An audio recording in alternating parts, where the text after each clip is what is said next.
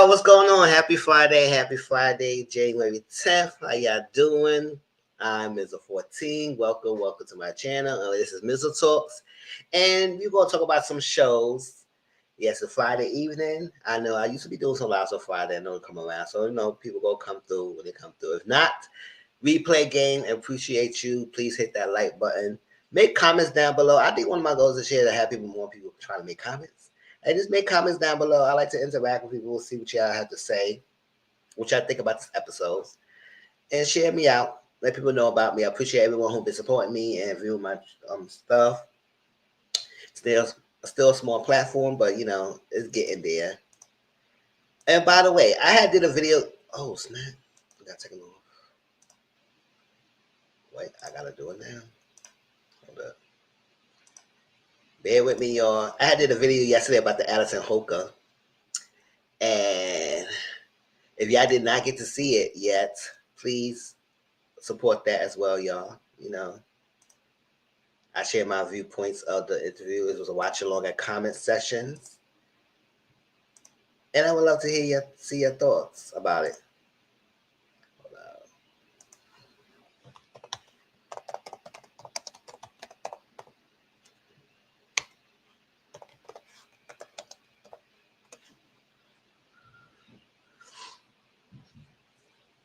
See your thoughts about it. So we got 2 shows to talk about. We got 3 shows. Belle Collective, the reunion part 2, Married to Medicine, the latest episode, and Married at First Sight. Because we got some things to discuss. Y'all. But before we get to that,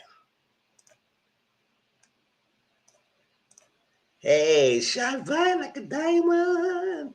You're beautiful like diamonds in the sky with the blue, my favorite color. Hey, I know that's right. Hey, what's up? So we got some things to talk about. Let's get into show's update first. To get some more people to come in, to chat, say hi, and whatnot. Hey, Angela, what's going on? Yes, how you doing, boo? Ciao. I'm here. We alive, y'all. And I got my blue cup. I'm drinking some juice.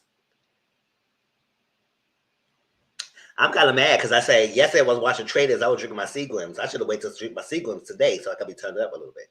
But you know what? It is what it is. All right, so name of the shows, upcoming shows that we're going to be doing. Possible review or not. The Traders Season 3 is on Peacock. I watched the first 3 episodes. That's last night with my peoples on Discord. And I'm going to do a review on it. And what I'm going to do, I was going to do a live of it. But I was saying, I'm going to do a podcast kind of style kind of review on it. I just have a thumbnail and I'm going to speak behind the screen. And just give my viewpoints of the episode. And I think I might do that right after this one. Right after this live. Because I can get it up there for y'all. Miz will be working. And they're busy. And I had shared the Addison Hoka video if y'all didn't get to watch that. And members who are paid members, y'all have the second set of chapters up for y'all to listen in. So I was like going big this week, y'all. All right. And it's okay. We got some things. We're going to have some things. Like first thoughts, initial thoughts.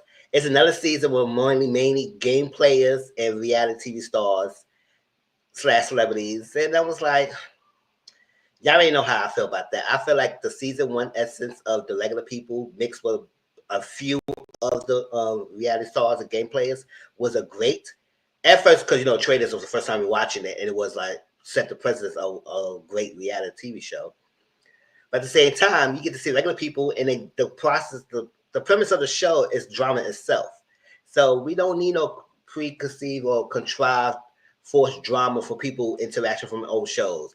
Have so many people like Danielle and Brittany from what's the show? It was Big Brother, and how Danielle still crying. I don't know how long ago with this Big Brother show that she got eliminated by the girl. I said, all right, girl, you see her? I said, yeah, girl, I see you. Okay, you eliminated, but you got all right. We're going to this game. We're going to do it. We're going to do it big. It is what it is. Oh, and it's extra crying. I said, girl, I don't know. I mean, granted, maybe she felt really hurt about it. But then again, that follow me, I would say, okay, girl, hey, what's up? Yeah, I don't see it for years. That's what it is. It's like, what's this? Like, forced beef for no apparent reason. All this. Jeremy, Oh yes, I got some words with Jeremy. That last episode, Jeremy girl. No, go to me on. So Jeremy was good looking. It was eye candy. He was a good, nice looking guy. But boy, what the hell were you playing that last episode? What were you doing? That didn't make any sense. What you did at? It's like, come on now. And that's the problem I have with a lot of y'all people in this trader shows. Why is y'all flapping your gums so damn much? If somebody suspects someone, keep to yourself and collect data. Going around and tell everybody this is that. Tell everybody this is this. Hey, Dominique Boo. I love that man. His smile is amazing. He won. He was on Survivor. Okay, that's what's up. I hope he plays well. Because they really got rid of one person. I ain't gonna tell you who they got rid of, but they really got rid of one person who was Survivor. And I said, y'all got a lot of Survivors people and Big Brothers around here. Like that's the shows y'all love to go after, and Housewives too. But yes. But we gonna get into that. We're gonna get into that. And just like that. The traders they pick is already just disorganized with them. One would like to be the leader. Oh, it's just one guy. That Boston Rob. Oh, we're gonna talk about that because I don't know how he is and his shows, but he seemed way too cocky and think he got this in the bag. And I wish somebody eliminate his behind. I'm sorry, I don't care no man, no hand, no bacon, the cheese. I want somebody eliminate behind because he coming in way too cocky and think he got like that. Yes, they try to exile you, and your chip on your shoulders. But boy, calm down. Like you think you got everybody in the mud, and yes, you kind of went against your brother Tony for what you did. But whatever, we're gonna get to that when we talk about it.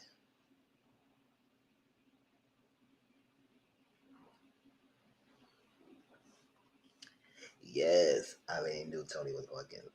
Either way, he is not to be trusted. I know that's right. Listen, the way how the show is, nobody can be trusted.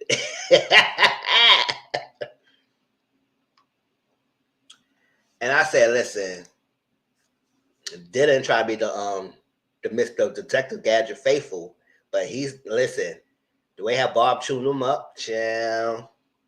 Don't get me wrong, Dylan is on point when he figured out one of the traders, but at the same time, boy, you gotta get the pieces together. You can't just come around and just make an accusation without the freaking pieces. Like Bob said, you gotta put it together and make people believe you. And you didn't have enough evidence.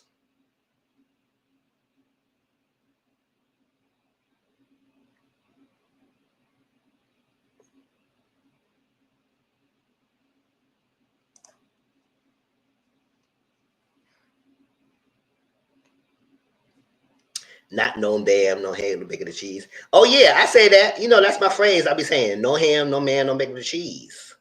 No man, no ham, no ham.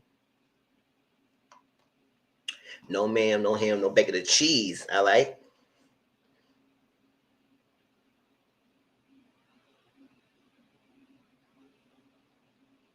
Oh yes, no, we don't get it wrong. Cause him and freaking Danielle is getting very sloppy.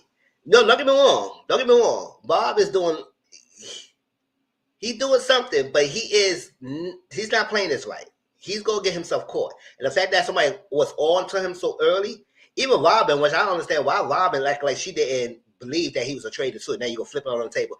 I don't believe Bob the Drag had a traitor. I said, girl, shut up, Robin. You was. You were just now talking to Dylan saying you believe he is a traitor. He is playing messy. He is playing messy. He definitely is. Don't get me wrong. I have to believe it. He is definitely playing messy. And Danielle. I know that's right. Ready to Love Philly is on Philly this year. It's on start February 7th. I may review it. You know what? I may review it. You know what? It is what it is. It's not much shows coming out right now that I got to review, and I need to get some more content on the channel, so I might probably review it. It's just asterisk right now. It depends.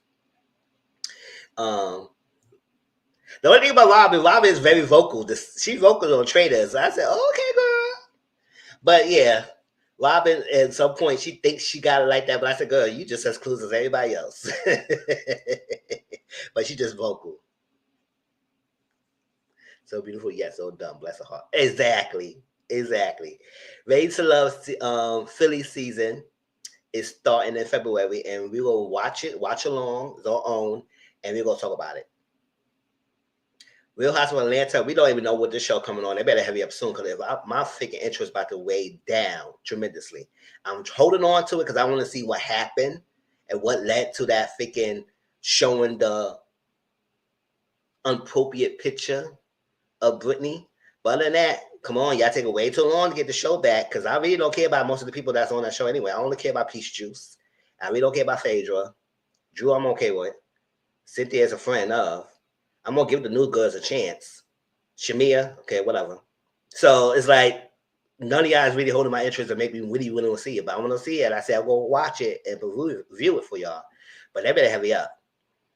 Beyond the Gate is a soap opera show. It's all black soaps. If y'all know, soaps it's still going on. It's still around. But it was very heavy in like early 90s. It's like maybe before that. Cause around the 90s, I was watching like One Life to Live, Passions, all that stuff. And they have the all black soaps. And it's gonna be on CBS and everything. And I'll think about doing like a panel style. Everybody who's interested in soaps or who like the show and want to review it with me and talk about it, let me know if we could do it. They said she's the reason why the show is not boring this season, Robin. Don't be wrong, Robin is very active. She is very active in the show. Now, is she doing smart play? No, she just doing. She just active. Yes, but I grew up in the '80s, so I watched it still in the '90s, and it's been going around. It's still going through, but we have an all black cast. Please let it stay all black. Don't start sprinkling those snow bonies around here. I don't care if they're a side chick or assistant. Have everybody black. Let it be. Everybody black. I hope the drama is good so we can talk about it. Because I want to support it. YouTube brings attracts to the shows. So I want to support it.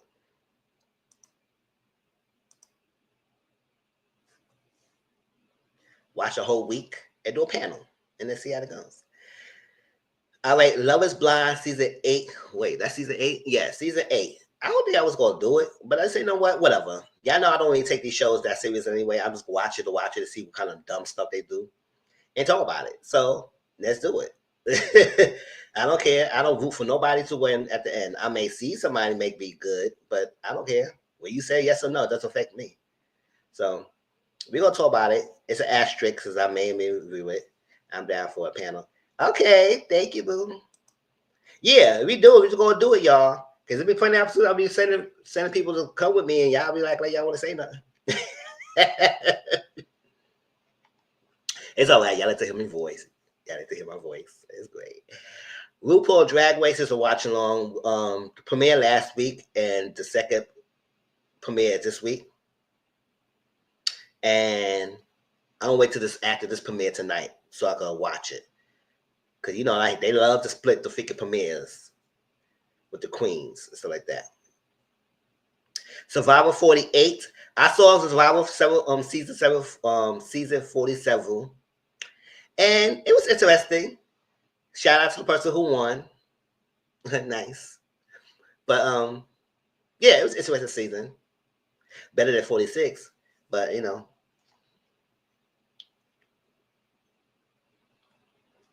48 is coming out next month. So we'll see how that goes when it goes.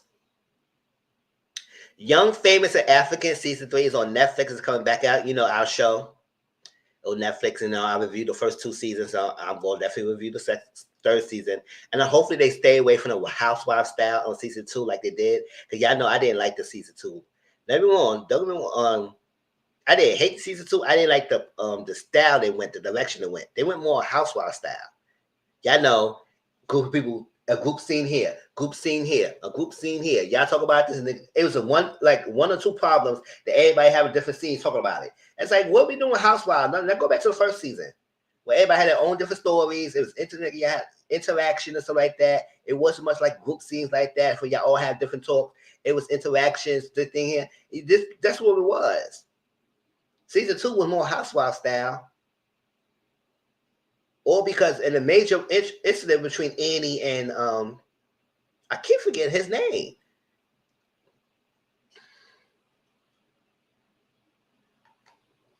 Whatever the name come back, what you mean when the show come back on. and then they would talk about that, and then they would talk about the Diamond dealing with the one of the girls that, you know, yeah, it's been so long, the names escaping me, y'all. Y'all know these people. We're gonna watch it together. Why are we getting another season of Love Is Blind? I don't know. Love is blind, love is blind. You know, people just love. As long as the people want to love going to shows, act a fool, it's gonna be another season. That's what I said. Don't get no season expecting nothing. Let's just watch what they're giving. Cause you know we're gonna get a typical probably black guy go act a damn fool. We're gonna get some other stuff. People will act delusional and stuff like that. Whatever. The UK version was better. Love Is Blind UK was good. Even though they got their little moments, it was good.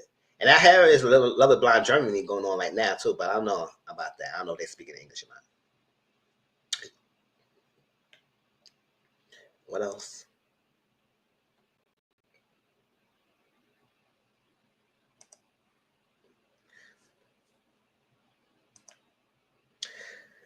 Harlem season 3. Y'all know that's on Amazon Prime. I watched the first two seasons. I think I talked about the first two seasons, and this is the final season, I believe. I said, damn, we can't even last another season? It gotta be 3 seasons, and that's it. Review, watch along, we're gonna talk about it. I wanna know who's pregnant and how they gonna finish up the story, the series.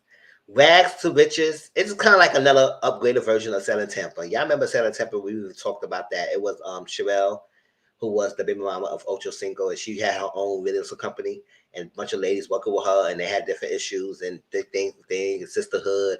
One person thought they got it like that, and then Trino assistant, and you know, and all that stuff like that. Who? Love Is Blind Germany.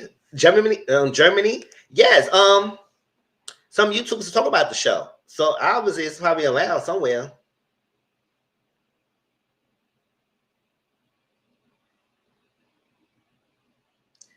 And right now it's Rags to Riches. Y'all know Rags is used. It's a show used to be called Rags on it. I think they stopped a long time ago. It's Wives and Girlfriends of Sports. But this year they're gonna have Wives and Girlfriends of Sports and Rappers. I said, why rappers is in there? And no, they're supposed to be sports athletes. Call it a day. We only know rappers, girlfriends, or wives around here.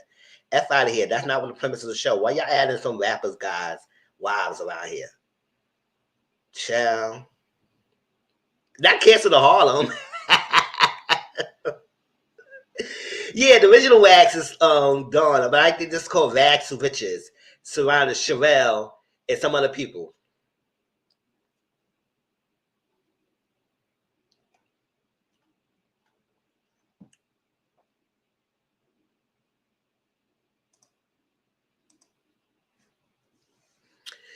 Yeah, so it's like Sherelle and then some. It's like 3 or 4 girls working with her. I said, "What we going to do? This is like another set of Tampa. Why are we having all these people working at your place? It's on this cast." Oh yeah, I saw it on Amazon Prime. It shows final season.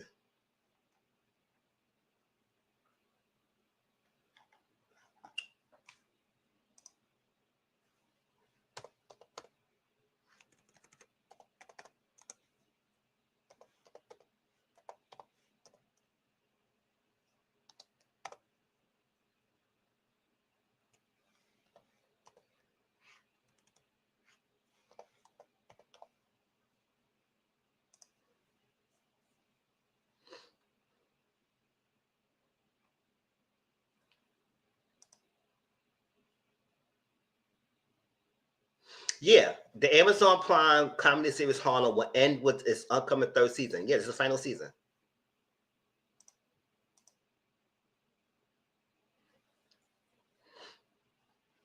Yeah, Rags. Yeah, they have another version of Rags. Rags of Riches. It's some little girls. I said, I don't know who these athletes are, all these rappers. So you guess we're gonna find out. But we know Ocho Cinco. You know, she got this. She did an interview recently with Carlos, explaining how Ocho's cheating. So I said, "Good, he always been like that." So I don't know what the hell you thought it was different. I don't know. Y'all get with these guys acting like they gonna change. I said, no, they ain't changed nothing before you got with them. They ain't changed now what they got with them. Like, let's either deal with it or not deal with them, and don't even create no procreate. Well, you know he was like this anyway. Y'all get no sympathy. None of y'all. Next, Family Business New Orleans. Y'all know I watch Family Business on BET, and it's one of my shows and one of my guilty pleasure shows. I used to review it, but I stopped reviewing it and I was the one to watch it my own pleasure. But I may review New Orleans because some of the characters is connected to the Family Business, and now they got expanded family of here in New Orleans. So, you know, Pooch Whore's on it. The guy who played, y'all remember the game? The guy, Tasha Mack's son, he's on it. Quincy, you know, Diddy's son, Quincy's on it, and other people's on it. So, oh, I think Ways for Nowhere Arc is on it too. I said, "Oh, you Spanning?" I know that's right. I know he been in other stuff too, but you know. But that's the shows that's coming up, y'all, that we might be watching along and review on. So, you know, bear with me. Going on.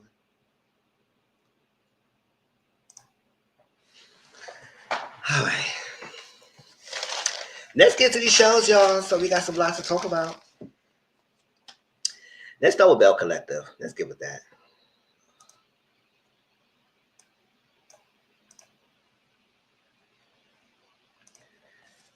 I'm glad it was 2 parts. To be honest, it should be like, I don't know why it was 2 parts. It should be like 1 part. They called it like 2 hours, or at least an hour and a half, because there wasn't nothing much on this season for it to be 2 parts, and it was only 8 episodes. So I said, I don't know what the hell you were thinking. You were playing with us, Carlos, with this season. Give us only 8 episodes and give a 2-part reunion for what?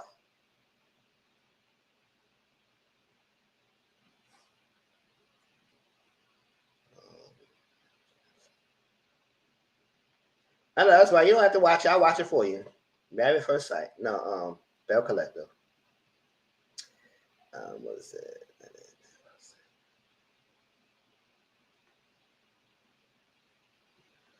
27.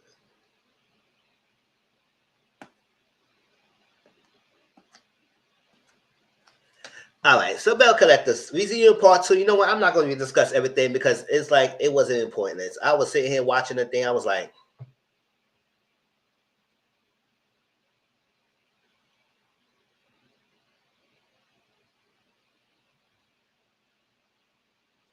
because first of all, I don't need no male segment. Why we need to have a segment with the males? It is what it is. They have altercation. It's called Belle Collective, not Belle Collective and Friend Men. Like we don't need that. We don't need no men to be second focus point. And you ruin the season by having a men drama, a staple of the season, and the end of the season with the male fighting. Come on now. It's not like a Mavs Huntsville, where it was a ensemble cast with male and female, so I understand that. But this show is called Belle Collective. Focus on the Bells. Yes, they had the issue with their little husbands, but you had way too many scenes where the husband had their own little scenes together, group settings and stuff like that, and whatnot, and yada yada. They had on their own individual confessionals with the wives. I said, "What we doing this? What we doing this for? What? What's all that for? That's whack." So then the next segment, they would talk about the issues. What's going on? Yes, Willie came down. He's from a city person. I'm a city person. I ain't grouping no South or nothing like that. So it's a different culture. And even when people come to South, coming to us, it's a different culture. So don't try to act like people going to be shocked. So you come down here, he try to interact with y'all, get to know y'all, so like that. And he bases his opinions on it. Now, to hear this air him that he maybe he got like that, and he established, and whatnot. Maybe him and Akeisha, especially Akeisha came in like the one upper. Oh, I do this better than you. I do this better than you. I do this better than you. I sing my ABC better than you. I write my numbers 1, 2, 3 better than you. I color the book in the lines better than you. Like all that better than stuff like that. She was one upper. Akeisha one upper. Whatever. But as he was interacting with them, he said he didn't have no issue with these guys, and he started group with them and liked them. Cliff is the main one who really have an issue with Fick and Willie, and then Glenn, you know, his bromance kind of partner is kind of taking the reins with them to start some issues with them. And I ain't like how his whole segment and then Carlos asking, you know, what that wrong is that you said suck these bells and all that. So that's when he really got mad. But yeah, none of y'all, he really never even discussed what led to that. It ain't never would get to that if you would start from the beginning. And it's crazy how they try to make it seem like it was Akeisha and Willie's fault when it was your husbands who was going to start it, who kicked the beef and issues. And I don't like how Latrice was kind of making scenes like Akeisha and her group was coming in ready to fight when exactly it was nothing but evidence showing that they wasn't coming to fight. They was coming to have peace. But what is that not going to do is you're going to come here and there, come to your establishment and have people target my husband and target me and make it seem like we the issues and we don't know why we was your focus point in your own event. This is your birthday and this is your opening. We should not be your focus point in your event at all. Could they have leave? Yes, they could have left, but whatever. So Willie said Cliff issues that when he get drinking alcohol and he's incoherent, he said a lot of things. He be disrespecting his wife or something. That's something that he didn't like. You know, Willie loves his wife and everything. He don't like no man try to disrespect his wife. Ain't no trees like that. And Cliff is staying on 10 toes down. I'm a man. And I'm just saying, I said, oh boy, bye. No, this isn't aggravating annoying. That's what I don't really get upset with a lot of these people. I said, that's what it is. It's the same thing over and over. Same thing over and over. Well, bye. He's a man. He's this, that, and whatnot.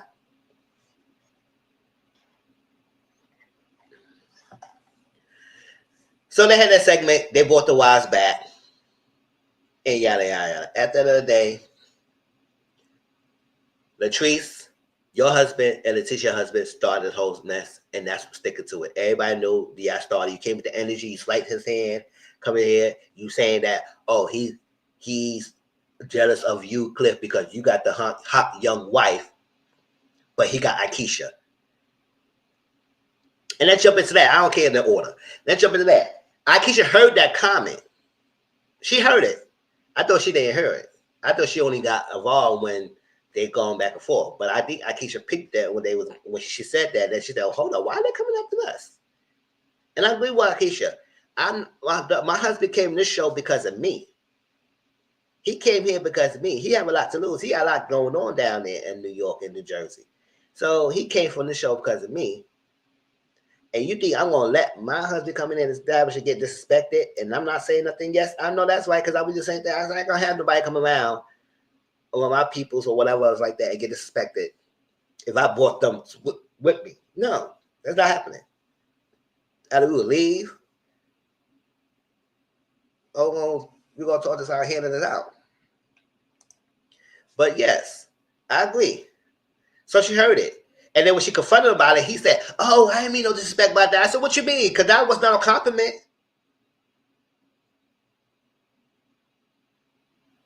And he tried to play and act dumb because he don't believe that she heard it. He said, oh, I ain't nothing wrong with her. I ain't talking about you. I ain't saying nothing about you because I believe all women in the stage are beautiful. And I say that. I say, okay, but that's not the comment. You said that comment as a slight diss towards Akeisha because she's probably in her 40s. She's 40s and going through menopause. And like Latrice is still a young one that Cliff got with. And I don't understand why. We all know she got daddy issues. That's why she picked Cliff. Because she could do way better than him. Yes, I said it.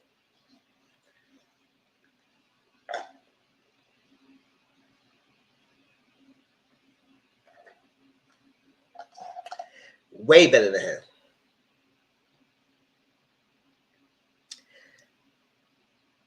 And so, that wasn't no freaking compliment. You was say that's a dig because you try to call her old or not attractive. If I was a teacher, I said, what the hell you mean? You compliment somebody's wife, you compliment somebody else's wife being young, hot, and I'm right here with you. What the hell you call? I don't care. That's my girl now. You ain't trying to say nobody that's hot and young and lying in my motherfucking face. Boy, bye. Don't get slapped around here. You get a little way too loose with your voice, a little too loose with them words. So the segment with JJ, Selena, and everything. Let's cut it a chase. JJ, you messed up. It is what it is. You say you got a good relationship with girls. Selena said the reason why you got a good relationship because they reach out. At the end of the day, I agree. I feel like if you the parent, you should reach out. You the one got to fix this. You the head. You got to reach out. I don't care how grown Depends. Yes, they're adults. If they want to reach out, yes, they can reach out. But you make it seem that the only way I have a relationship with my girls if they come up to me, no, that's whack. You the father.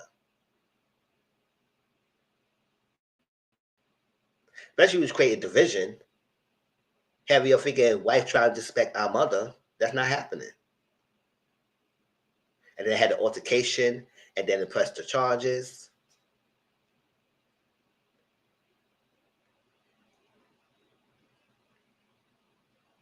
And that's how I deal with it. You say I'm gonna deal with that. They got down, they got done. I'm gonna hand it how I want to do it. Got down, they got done, they got. I said, stop with the got done it. It is what it is. You messed up, you whack.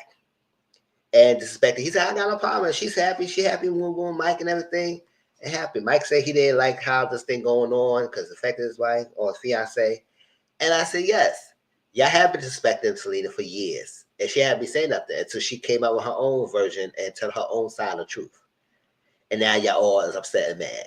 Oh, bye-bye.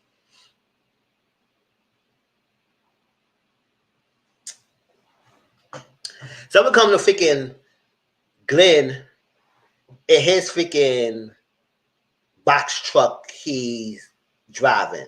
Basically, he's doing delivering. He just distribution things, delivering items, products. But it seemed like he delivering products under Letitia.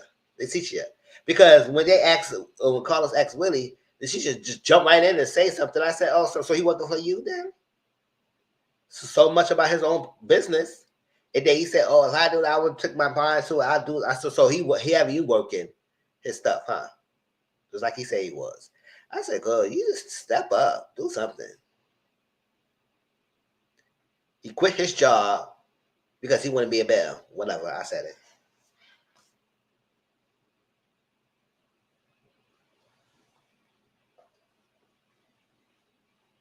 And she made calls and she make it happen. Okay, whatever. And then Sophia, I guess it was something going back and forth. I did Tisha was saying some things, and then Sophia sent us, and she said, "Well, your husband's a cheater." That, and Sophia said, "Let my husband see his peace." I said, "Oh."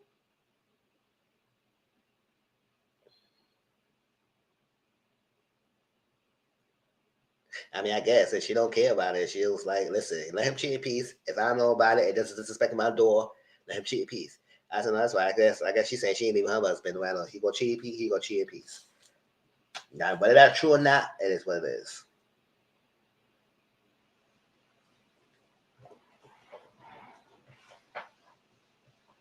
Oh, no, why she said that? So she said that because Sophia was saying like, "Oh well, he can't cheat with a DM because he thought he had a DM for Mega Good or something like that and whatnot, and he was so excited and everything, even though he didn't realize how what grown man or somebody gonna realize it was somebody's fake account DM you like it's the real person. Like you gotta look at that.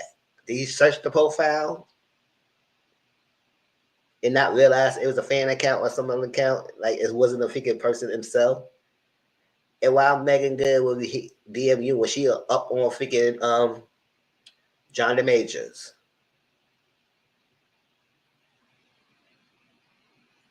his Coretta Scott.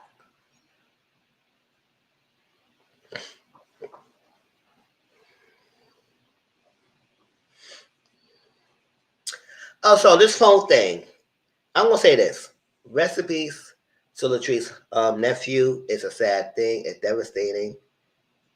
Hope you heal and hope things get better with you and your family.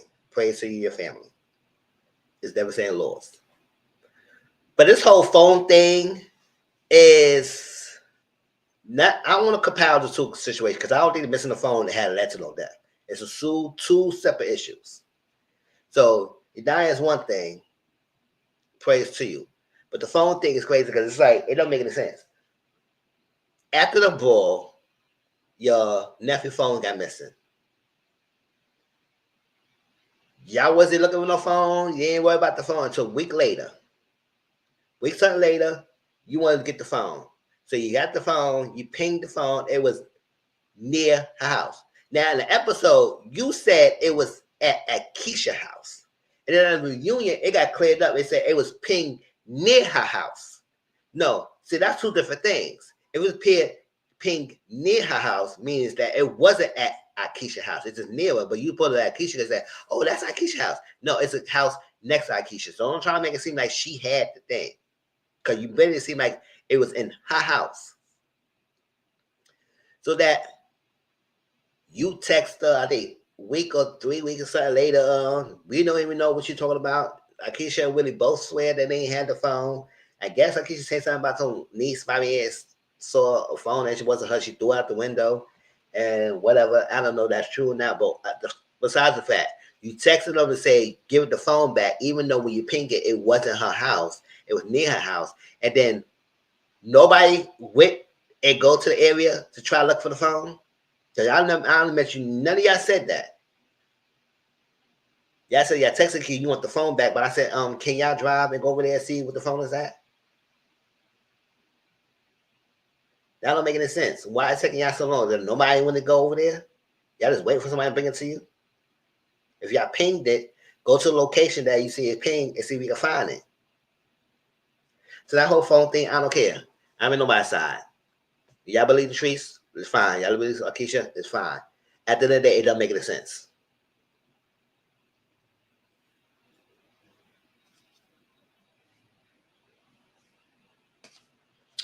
And they had Marie and Latrice hug it out. They hug it out. They got the burger. They'll cook for her more. And I guess they come to the truth and say, you know what? It's been so long. Marie says she's tired. I'm sick of tired. I can't deal with this anymore. With this going back and forth with this girl. At this point, it's getting pointless. And I said, I'm good, glad y'all doing that because y'all need to stop anyway. So they hugged it out. And they said, well, next season it goes. That's the end of this reunion part, so I got nothing else to say about it. Dr. Antoinette, she may or may not come back. We'll see. Because we all already know that Akeisha, the one up on, she quit the show. Iconic exit. Gag called us on the show. That was like a most memorable moment of 2024. She quit the show, and also Sophia quit the show. So we're down 2 Bells. So we got Marie, we got Tambra, we got Tisha, we got Latrice, and we got Selena. Those 5. Now, he may keep the same 5, but I feel like it should be more dynamic in the show. So he might bring 1 more or 2 more girls back to replace the 2 that left. We'll see. Don't know how that goes.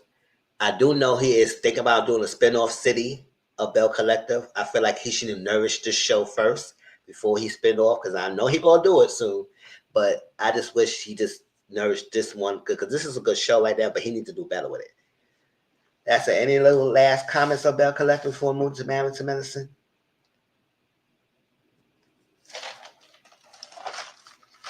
Nothing? All right, let's go on.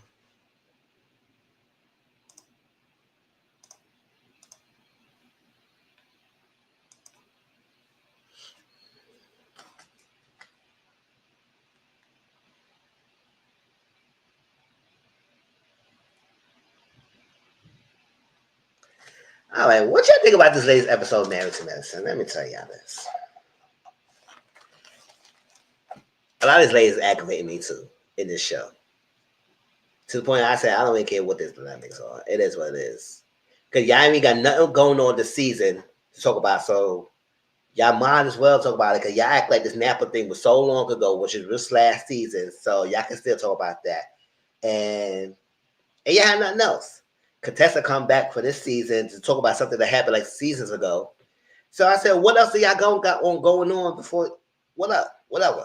And that's because y'all could have kept y'all trip surface level, and you want to have all this drama and arguments and almost an altercation in the show. Y'all could have kept the surface, like Toya said. I feel like we all surface and being fake. I said, let it be. Let it be. Y'all had a cool moment eating your food, enjoying the drinks, enjoying the freaking ranch, your glamping style, and go on your merry way.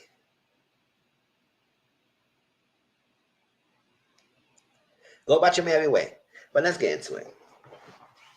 So we started this week heavily and Jackie talking.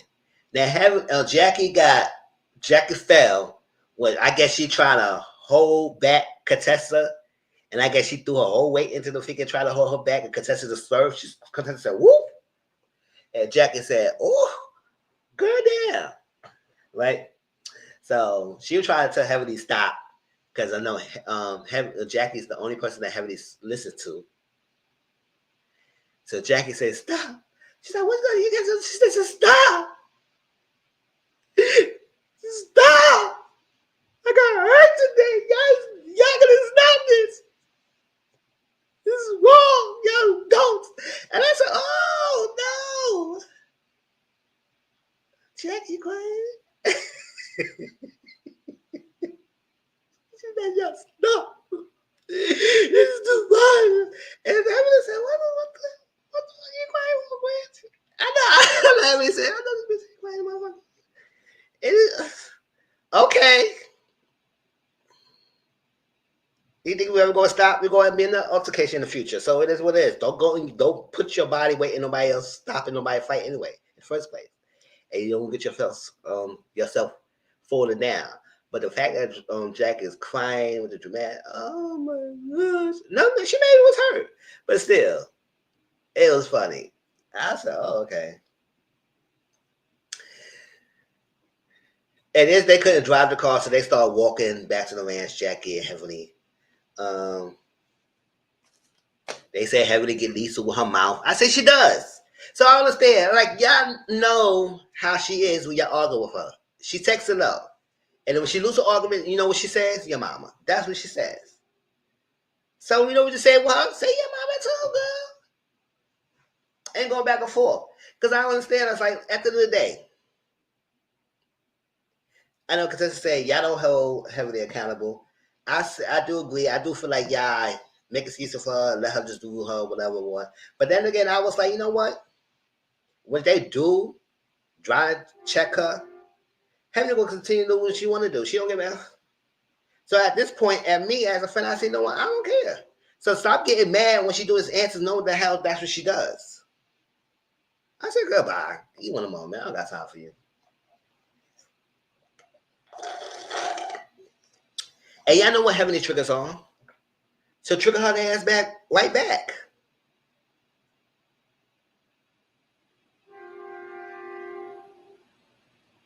Y'all know when you argue with her, she gonna take it to hell, so take it with hell with her.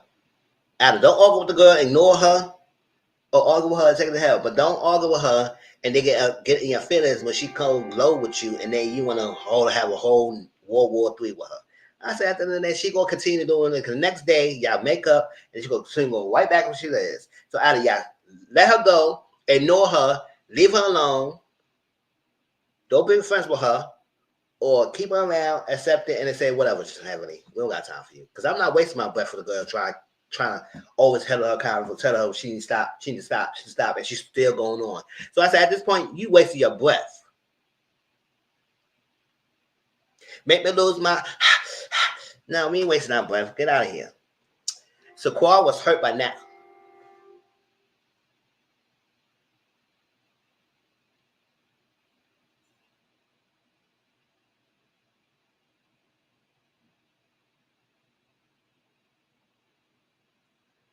It's like, damn. How can I laugh? So Qual was hurt by Napa. And it's like, oh my gosh, why Napa? Now Phaedra's in that scene throughout the scenes, and it's like,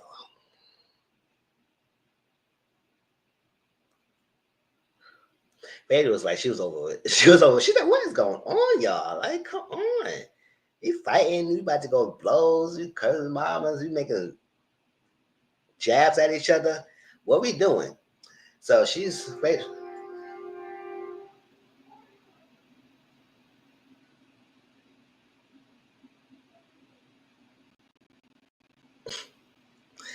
making mad jabs and everything.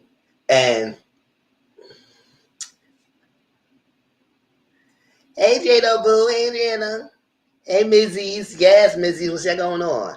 First week back to work. I'm tired. I know that's right. You tired. So hopefully I can make you entertained here. Enjoy and whatnot. So she hurt by Napa. But I said she really hurt. Maybe she was hurt by Napa because it was like, listen, how you gonna make her feel when y'all had this girl come all the way down here to tell her we don't want to be with you like that, and we gonna have you go back home. That's messed up. So she should be hurt by that.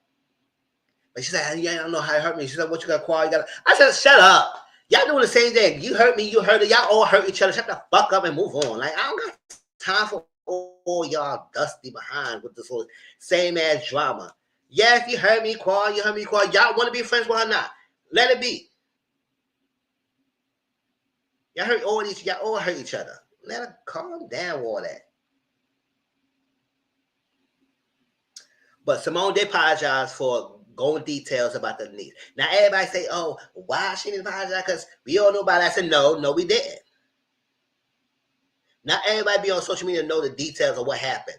Simone had to go to that details in that freaking reunion last season. She didn't have to do that. And she was telling her to stop, and she kept going.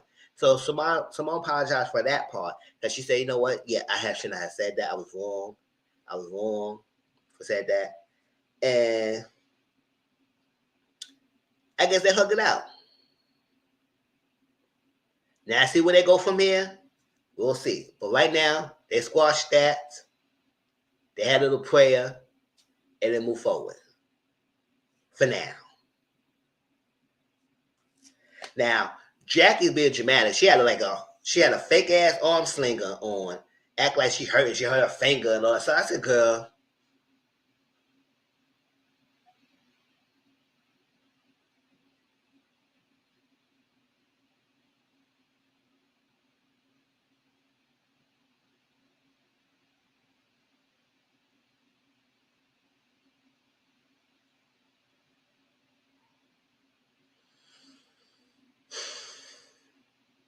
Being all dramatic. She said, I'm not hurt.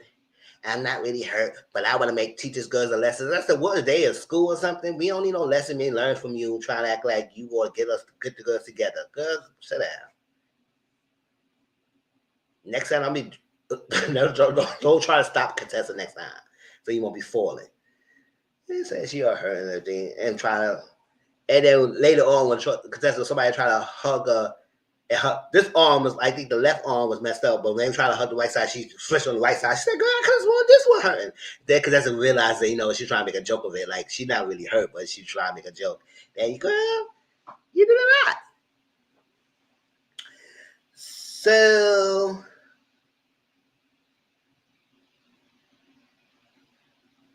So Jackie doing the second annual Met Gala. And she want to do something for the nature and motherhood. And did y'all notice lately? I hope y'all if y'all was watching this episode, watch the show this season so far. You know how Jackie go overboard and try to make it known that she's there for the women in maternity and how she advocates, how she do it. You know how she's so most focusing on that this season? Because her ass got chewed up last season for that little dusty ass comment she made last season. We all talked about it. Y'all know. Last season.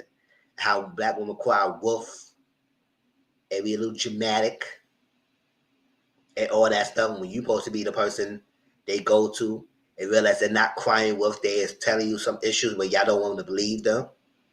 And when it's a higher mortality rate in the African American community of women trying to give birth. And for you to say that comment, they get mad that it was leaked more than you apologize for saying it. So no, this season she's trying to overcompensate and tell us every chance she get how she's advocate for women in maternity and motherhood. And then doing like she said that, but I know you're doing a lot of freaking cleaning up. Because we ain't going to forget. And I'm never going to forget it. And I hope y'all don't forget it either.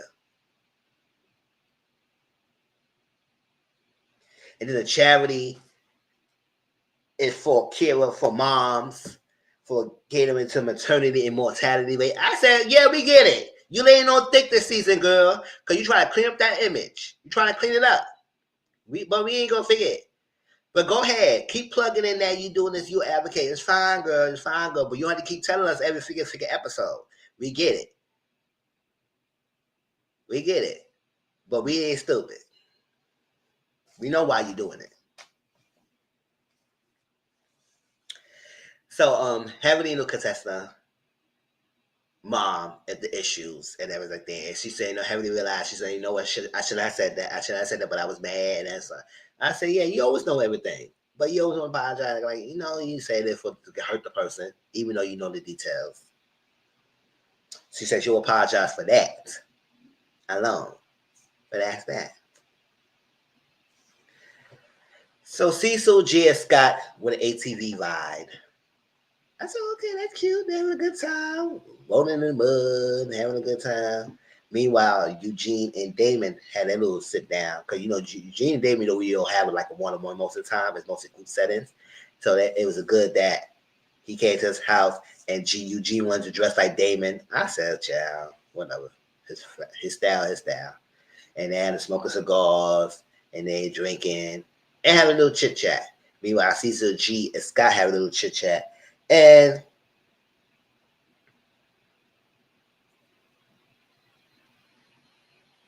so David told Eugene, he said, listen, I wish he should come up straight and say it and tell me his issue. I said, I could have sworn he was telling you his issues, what he had with you, but you acting like he's sensitive and why he's so sensitive and why he ain't talking about my life and why is that? I said he brings the issue to you because this is what's going on.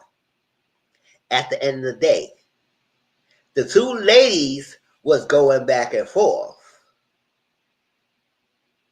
Your wife, Damon, brought him into it. So he had the right to feel type of way and defend himself. That's his right. And not being sensitive. Because you was just as sensitive in how you feel like G should have stood up for you when they said you might have been cheating and stepped out of your wife. And he said, you know me for years, and you shouldn't have known that I'm not the character. You know my character. And I said, okay, so you just was being sensitive as much as he is because you feel like he should have spoke up for you when he wants you to speak up for him and to realize what your wife is saying is not true, and she shouldn't be saying that.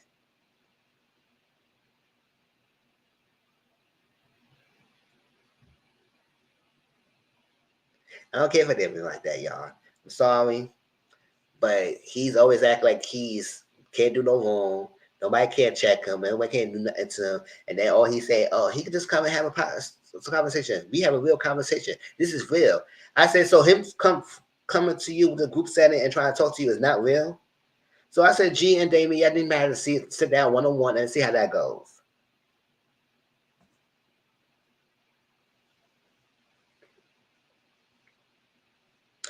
So contestant to the lady, she said, y'all need to stop complaining and stop acting like y'all don't even know what's going on, pretending. And somebody said, we don't even know how it get that fuck up. Microphone.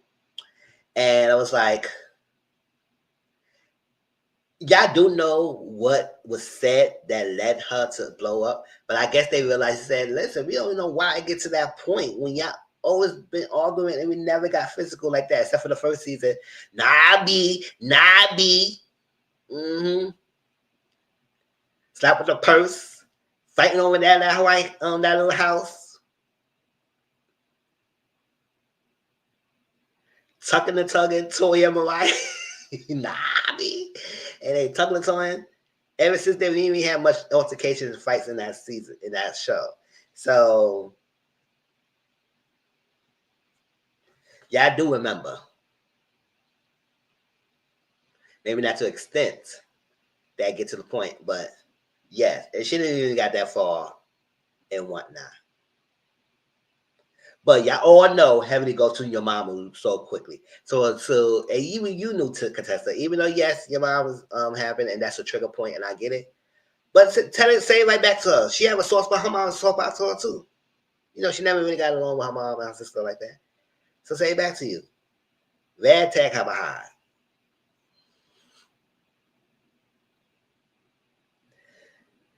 But y'all do know. But I say, yeah, it's a whole accountable. I said, yeah, she hold having accountable. Yes, they realize having she realize her action, not just skate by and let her be that it's okay, it's okay. But I guess at this point, this lady said, you know what? Heavenly gonna continue doing what she gonna do, and we got time. We not time. We not babysitting her. She gonna do what her out.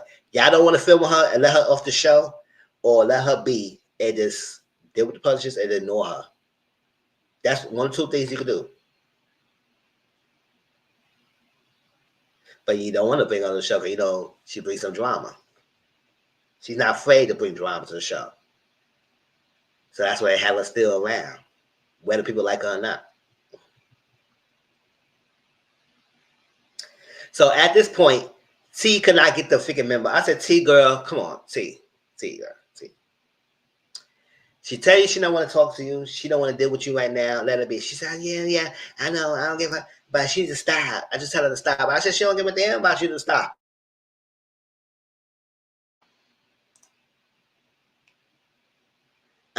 Internet. What you trying to do with internet? Internet. What you trying to do, girl? Trying to stop me up around here. Y'all saw that little blink happening?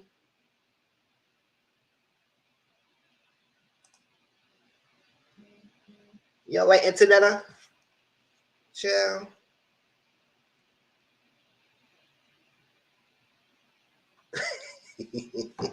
Interneter is acting up tonight, y'all. But it is what it is. So,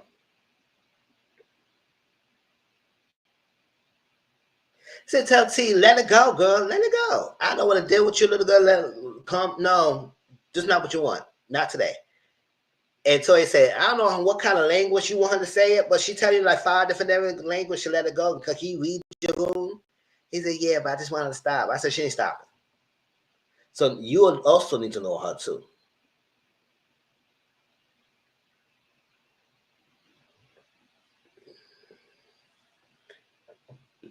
So Toya don't want surface level friendship.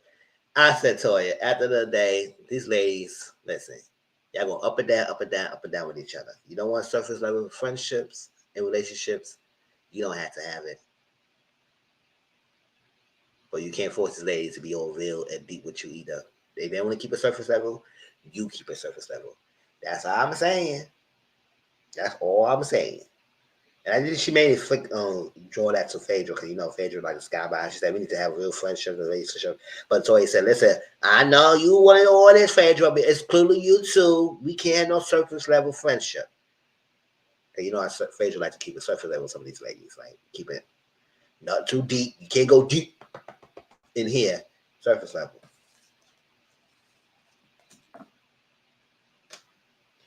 So, Contessa went to tell Scott about what happened. And then I said, Contessa, don't you realize you and Heavenly was going back and forth? Now, I know you can't for Heavenly like that, but I said, Contessa, you don't try to lie here, like make it seem like Heavenly just straight up said F your mama like that.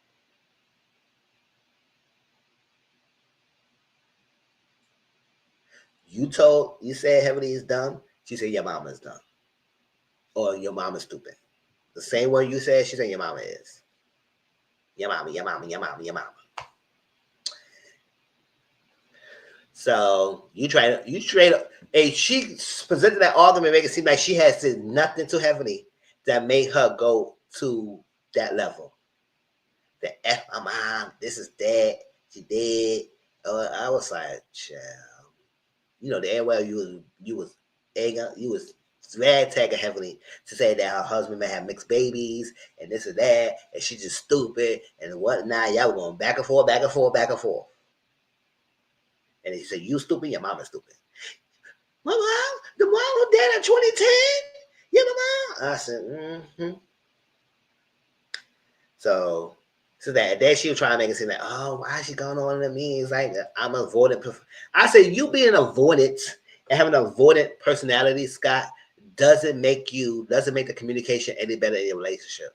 That's the problem that we had with you and Contessa, because she said at a point when she said she bring issues to you, you kind of dismiss it, or you said some slight things to her, and we were seeing that on television. That's what she was bringing this stuff to the ladies, and had the ladies rattle up against her, and then when she didn't leave her husband, then she wanted to turn against everybody else and make it like we the issue, and y'all need to come off my husband. That's what Heavenly was going so hard about it, because she said, listen, I believe your husband's abuse because that's what you're presenting to us. Not physically, but verbal, mentally, emotionally. So, what do you want me to say? I'm going to keep saying it because that's what I feel. Just because you stay with him doesn't mean nothing. And you have an avoided personality, it doesn't help the situation, Scott. So I know how you make it seem like, oh, yeah, I know why she's saying that. I'm just avoiding. I'm just like arguing. It's like, Don't like argument. I don't like arguing like that either. Not unnecessarily. But you have to say that you have to communicate. You have to communicate. You just can't avoid everything because avoiding leads to more unhealed communication. And you have to heal with each other and communicate. And that's create the issue because Contessa just told you she don't like that. So you need to stop avoiding things and deal with it head on. What's wrong with you? Why are you scared? And then you tell us you work 40% at the place and she works 70% at the place. So you could go to do your workout when she's working. So you just overwork her to death and you have a life of leisure, huh?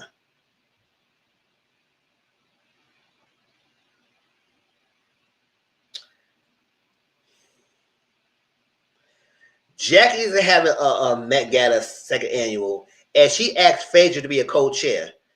And I said, what? You're having a Met Gala. And the person you chose as your co-chair is Phaedra.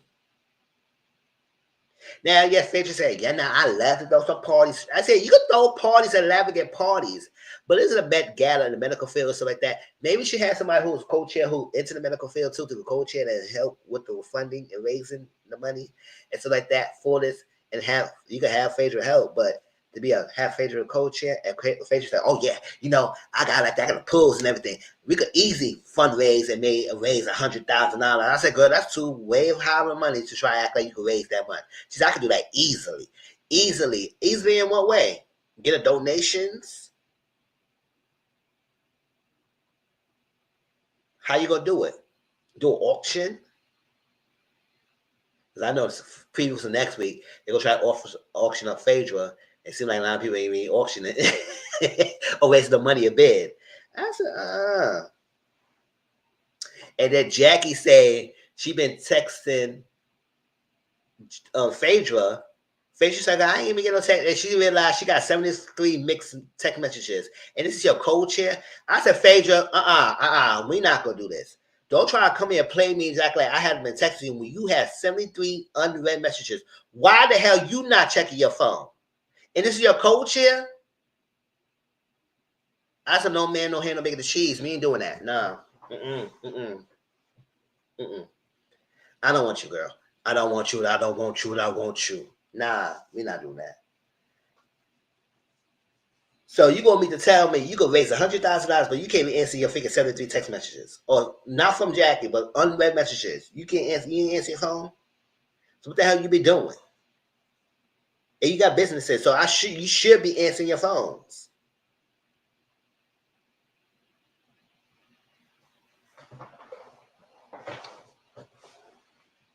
And the thing is 1 week away, and they still got a lot of things going on. And I don't think they have all the things set in stone, or the people, or whatever. Phaedra tried to call one person, that person ain't answering the phone, and she said it's light work. So Jackie is kind of like, I said, I don't know. Now that's your dumb choice. You picked her. You should. Why you pick Simone or Heavenly or somebody else in the medical field who can help you co-chair this thing? Who probably be more responsible? I don't know.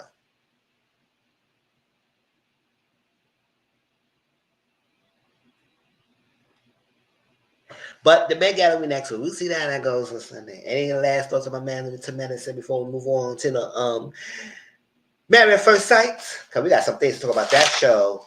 Yes, y'all. Yes, y'all.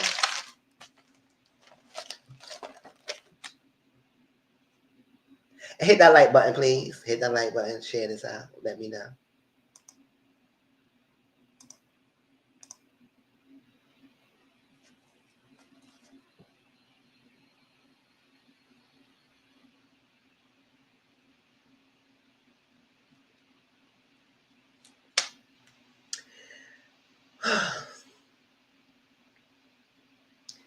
Listen, y'all. Married at First Sight. This recent episode. So I won't miss anything for y'all. Let me make sure I get my notes.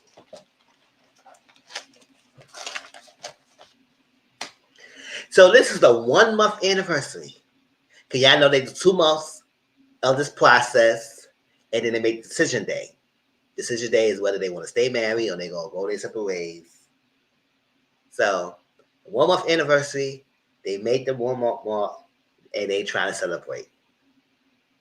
Yay! So the show gave each couple a gift basket with their wedding photos, booklet, and the vows in the frame, and maybe a video to watch their vows and all that extraness. That's good memory to have if y'all decide to stay together and whatnot. So Madison and Alan, right here, Madison and Alan, they was talking, and Alan always saying, "Oh, Madison, you so beautiful. You this, that. You this gorgeous woman, and stuff like that." Alan is so fond of this Madison, like, cause he's like, I don't remember. He probably never put a Madison before. He probably did. Doesn't mean he haven't been dateless. He just probably haven't put a Madison before. Cause the way how he just so fond and said, "Oh my God, you're so beautiful." This that. Even though she haven't been really giving you an affection, no love, not even kissing the lips. The only time she kissed you in the lips was in the wedding day. And she said the reason why she did that because it was a day and it's a stranger. I didn't know you, but now I know you. I can't really kiss you. I said, "Girl, what the hell you doing?" This way to tell me that you love to have a good time. Good time. Yay! Yay! Good time. Let me get and a stranger and freak them. And the next day you go about your best business and don't worry about them the next day. That's what I feel like that's what you're giving me. You give me that vibes. You give me that vibes that as long as you're a stranger, I'm good. But when we get to know each other, nah, I'm good. I don't fall back. I don't want to kiss you. I don't want to touch you. I don't want to hug you in the middle of it. Nah, I don't know. You just get too familiar with me. I don't, But you was all slogging and slubbing and slobbing and all that stuff like that, and figure thing, kissing the face in the elevators, almost couldn't kiss each other face off, and now it's a hard time giving a kiss. When you don't just don't like this man. You don't. And not because he's a bad man or he treating you anything bad. You just not attracted to him. And that's okay. You don't have to be attracted to him at least to say it. But you give him false hope and it doesn't seem like he is. You give him hope that, oh yeah, I have some things for you, and I'm getting there. I said, girl, you ain't working on nothing. You just string him along. At a point, he will get tired of it. So the woman, he asked her, what's the roadblocks that's preventing us from getting moving forward to the next step and everything? She said, oh, you really want to talk about this right now? I said, well, you want to talk about roadblocks? Why we came in? I said, no, we're going to talk about it. Because at the end of the day, I need to make sure when it comes to decision day, we're going to say yes. So let's talk about the roadblocks. That's what we're here for. That's what we're here, girl, for. Why? That's what we're here for, right? Talk about it. So let's talk about it.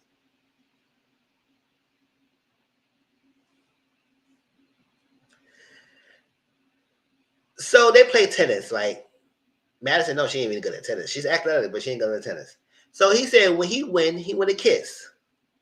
So normally, Adam won, but now when she won, she know what he asked for. But she said, "Oh, you didn't say no Pacifics. You didn't say the Pacifics, and what do you want to kiss it at? So I'm just gonna get you in the cheek." I said, "Oh gosh, can we just replace her? Can we just get her off the show?" It's like, girl, it didn't even hurt you to give him one of the peck of the kiss in the mouth.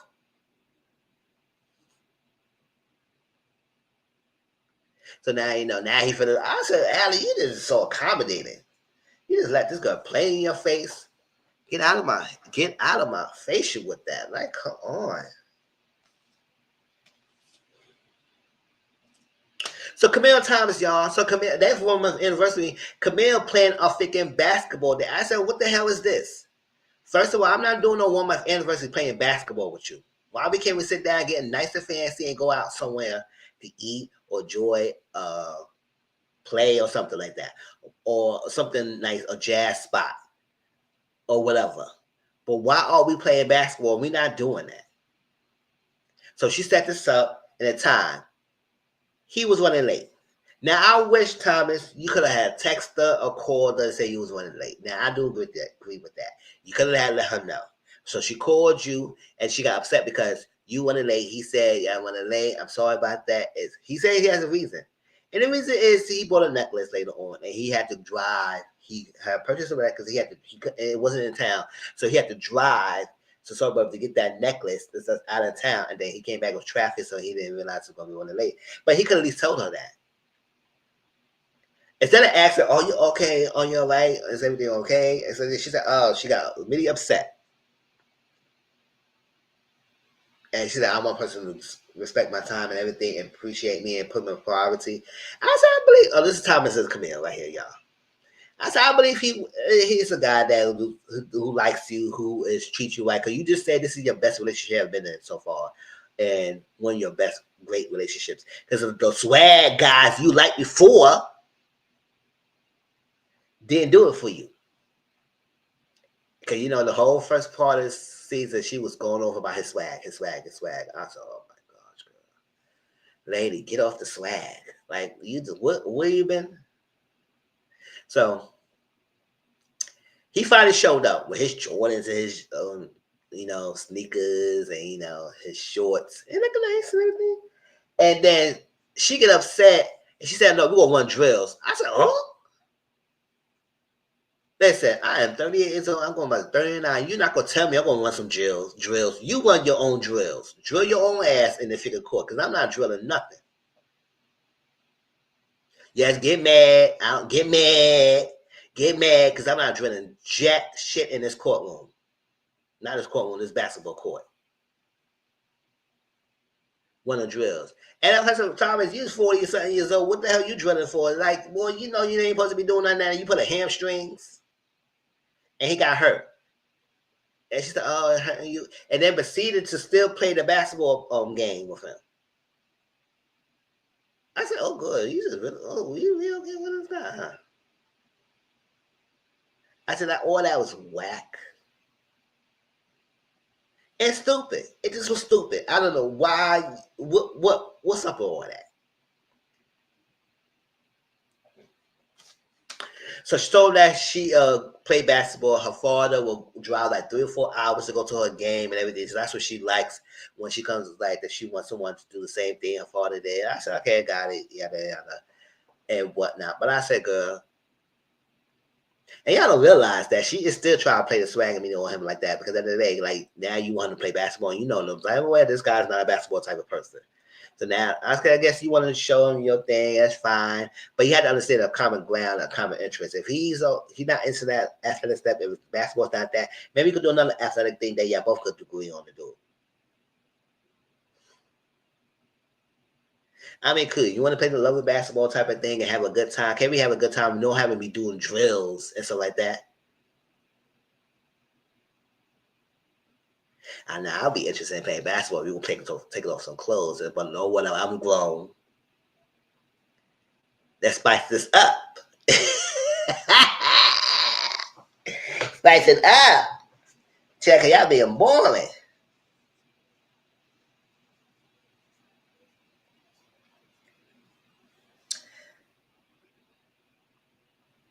Let's we'll keep up and let me catch you last.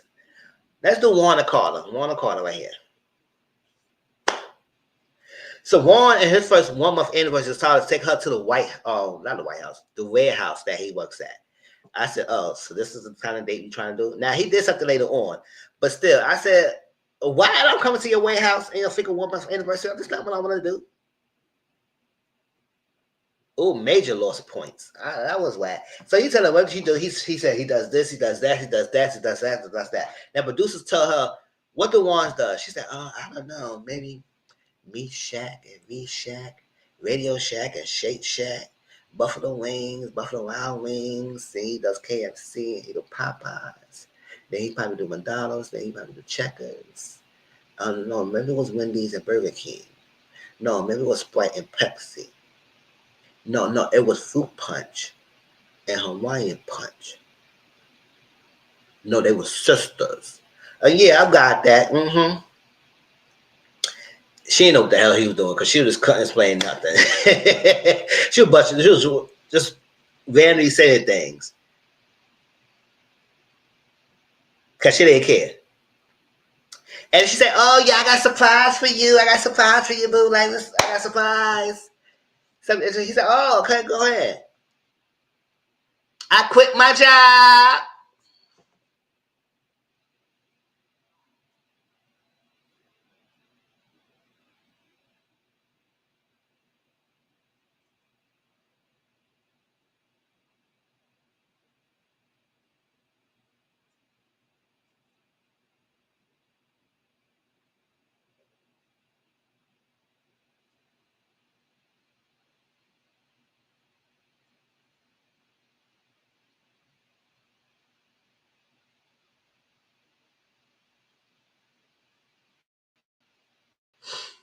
So your idea is to be a good surprise to tell me you quit your job, knowing that this man don't want no kept woman. What you try to do? You try to come to this show act like you going to go find a kept man, a woman, a man that will keep you kept, and you not gonna get that for Mavs. So I don't know why you came to this show to act like you gonna have a rich sponsor. He in a square. He just like to share. Throw a couple Louis in the air. The Louis and the Louis, Dr. Louis, your lap. Hey, hey, hey, hey.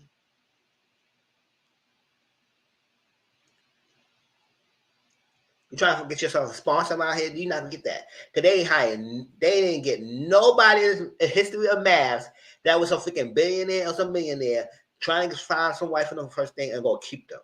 No, they get guys who live in the basement, guys live in the parents' house, guys who got no money, guys who got no job. Come on the show, be married at first sight. No, ain't got no income.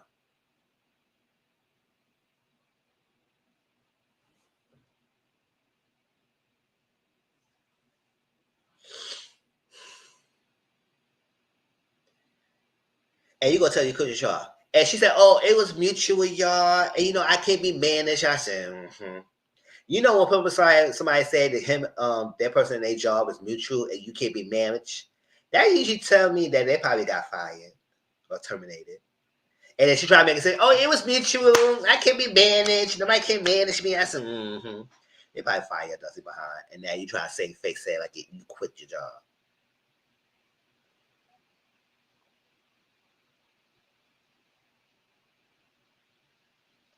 So later on, they had like a little picnic stand, whatever, and he said, "So what's your goals and plans?" Like she really got nothing. She just like, I don't know, the airs and the trees and the birds and the breeze. I don't know. It's just so. Oh my God, the nature is just so blinded tonight.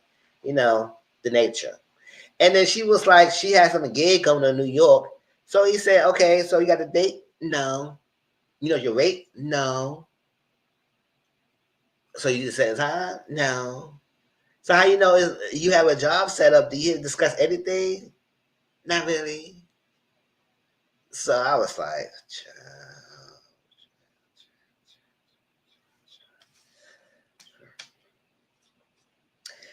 it seems like Carla's lack of ambitions. She just a lack of ambition. She have a lack of ambition, and she don't really have it. Not at all. Not at all. And it seems like Juan is not attracted to that. He is not attracted to that, and he don't want to be attracted to that. So I was like, this is not gonna work well. Because he told us in the first episode, I wish people, because I'll be watching other people's reviews on this thing, and people keep missing that. Juan said he want a 50-50 relationship. He don't want the kept woman. He wants someone to pull their weight in a relationship just like him, because that's how he grew up with his parents' household. His both parents worked, and they was a 50-50 relationship. That's what he wants in his marriage. So he is not going to be married to someone who had no ambitions, who don't have no house, who don't have no job right now, and want to be a kept woman. That's not what he's going for. So because of that, he's not attracted to her like that. And I get this point, I didn't call it realize that. He said, "Listen, he don't like me, I don't like her, and this was we just gonna go through this day, 2 dishes a day, and we gonna both say no." Because I also remember that they both said this is the first time they date within their own ethnic background, ethnicity, ethnicity. And I said, "Oh no!" So you want to date your own kind? So it seems like they both would date outside their race a lot.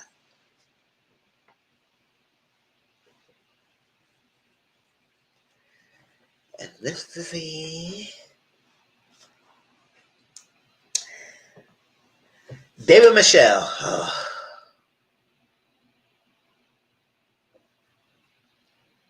Damn Michelle. Michelle's another one who's honest. Like at the end of the day, Michelle has been way too honest. At the same time, she be insufferable. She was treating him bad. And David, I need to stop trying to work it out with this girl. Stop asking her what's the issue. Stop asking what can she do. None of that. Nothing you do is gonna work for her. She don't like that.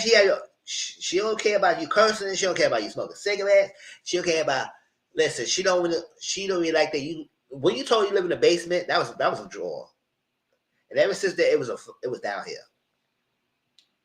Basement, smoking, this and that, and she can't get over that basement thing. And then she had this grandiose delusional lifestyle that she thinks she's living, even though she lives a simple life. Like she get upset when somebody calls her simple basic. I said, girl, that's what you are.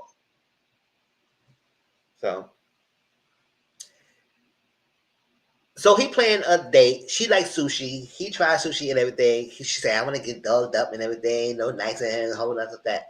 So she got there. He had he didn't even look bad. He had like a sweater on, a t-shirt on the red, and he had pants like that. So she said, oh, so that's what you wear? So I would think you want to wear something else for our 1 month anniversary. I said, what the hell we working? What we wearing something better for? Girl, we haven't been good. And the fact that you say you want to dress something that tie you to the honeymoon to remind you of that. He did something to remind you of the honeymoon too. While bringing you to the sushi place, when I got you connected, when he tried something new that you gave him to try, and he started liking it, and that's when you bonded. So he said he wanted to bring you something that you like. Because your friends told him that yes, do things that she likes. She likes to go around comfort zone. She will open up and everything, right? So she said something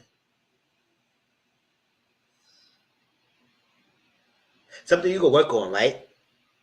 What's something you can work on? And he said something like this, yada yada yada. So when you have the conversation, you was like, okay, you ask someone, it's like it's a flow of conversation, so I understand him. And then she come and say, so David, why you don't ask me no questions? So you didn't ask me no questions like that. I don't know why you ask me no questions. So David said, oh, girl, are you smoking? He didn't say smoking, but he said, girl, when I ask you questions, you give me short answers. Yep. Okay. Yes. And you don't elaborate. You don't give me answers. And then you tell him to stop asking you questions because you annoying him asking you questions and stuff like that. I remember that. So when he said, okay, give me space. So when I was asking you questions, you didn't want to be bothered me asking you questions. Now all of a sudden you have an issue by it. I said, girl, you don't care. You just making stuff up so you could last along this way, ride this way to decision day so you could say no. And then pretend to be upset when listen, we're going to talk about the previews in a second after I finish all the couples. That's that. Any thoughts, y'all? Yeah, come on. So, and never catchy. I say them last because of the reason. And they're going to lead into the couples thing too, right?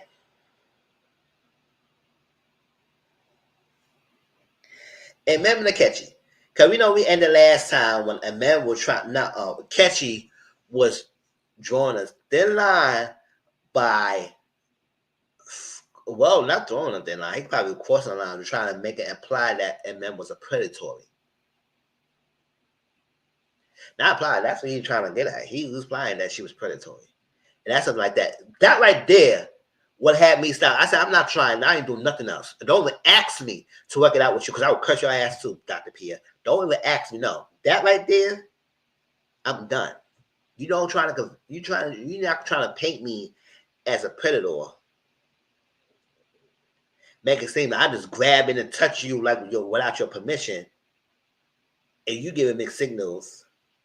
Because at the end of the day, you was the one that put my hand on your crotch in the honeymoon. I didn't do that.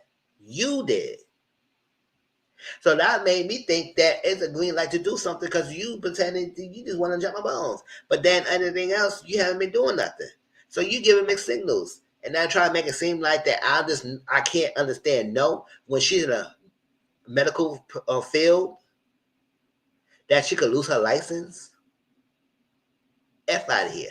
I wouldn't even try nothing else. It wouldn't be no dinner table scene because I would have said, I'm done. But I know they might get fined. They probably get fined or whatever. I don't know because I know they could end it early. But I know sometimes some of these couples want to last all the way to the end. But they don't have to do nothing together to last to the end. If that's your goal, you could just stay separate. Let him stay whatever he want to stay at. He want to move and take his clothes out the freaking house and go where he needs to go. Let him go do. You do your process, do your own journey. You might have your little individual counselor like Pastor Cal and Dr. Pia and Dr. Pepper, and let them help you counsel you and get to your best point and see what you want in the future. You do that. Let him do with him thing, and that's that. But what you're not gonna do, don't tell me I need to take him back and try it out because y'all gonna get cursed the hell out. Don't tell me to try it back with him. I'm not doing nothing.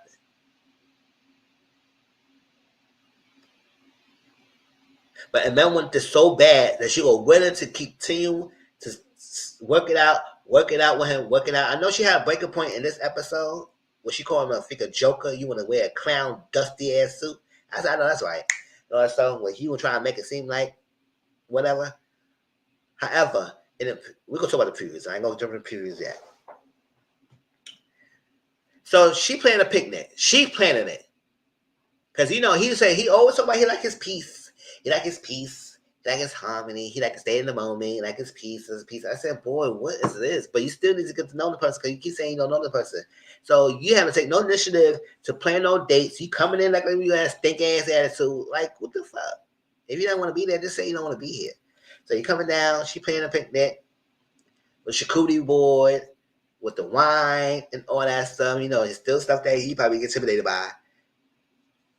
They painting, asking questions. So he said, this is stuff I like to do more often. So she said, oh, you actively trying to do these things to build your peace and all that stuff like that. He sat there mute and quiet. So she's like, okay. Are we going to say anything? And he said, oh, I got something in my teeth. I said, this guy here.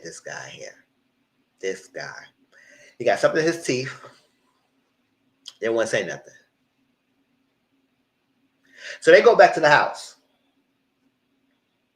They had the basket. He didn't want to sit down on the couch with her. He sat on a bar stool. I said, okay. So they talking. It's a picture book. She said, you want to see it? He said, yeah, sure. She's doing like this. So I said, girl, can you come over here? Like, what the hell? All that stuff. So they read the vow. And she said, also, do you think the vow is you accomplish your vow and it was contained to me? Do you feel like you had accomplished your vows when it turned to me or my vow? The vows feel like it's connected when it concerns to me. And so I'm paraphrasing the words. And he said, I feel like I do the vows. I said, so what about the vows that you had me doing? He said, I said I was going to do this. I said I was respectful. I said, you have not been respectful. No, you have not. So don't try to play that game. You have not been respectful and whatnot. So she said something else. And he gave a roundabout answer. And that answer, she said, that's not what you asked. That's not what I'm saying. That's not an answer question. And he get pissed off. And he said, oh, I give you an answer. And if my answer's not good enough, you're going to try to beat me in the head with it. And you coming in with your stick and with your question stick and beating my head. And that's just that. And your vows don't say not to do this. Your vow didn't say you're going to be an asshole. I said, oh, not an asshole? So come at me with my damn answers. I said, who the hell he think he's talking to? Oh, okay. He's showing his behind. This will catch you in there. Right here. Catch you in there. I said, oh, so he really showing his behind. He is showing out. So she started crying in the bathroom. I said, okay, you can cry. You know you're hurt by him, but don't even cry anymore. Don't waste no more tears. Because I'm not going to cry. I'm not going to shed no tears. No more of this damn food.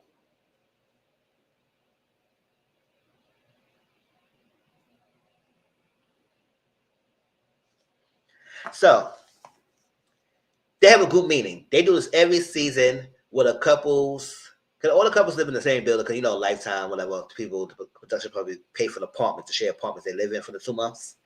And so they have like a group meeting. Because, you know, at the end of the day, you need to support each other in this process. The girls support the girls, the guys support the guys, the guys support the girls support the guys, and the group support each other because y'all in an experiment together. So nobody gonna understand this process but the people who's on the show together. So you can bond and build friendship because this is something that will connect y'all to life for the rest of your life. This is something that connects y'all. Whether y'all stay together, friendship or not. And I hope y'all build a friendship because y'all can have this as a support system for each other because this is something different, right?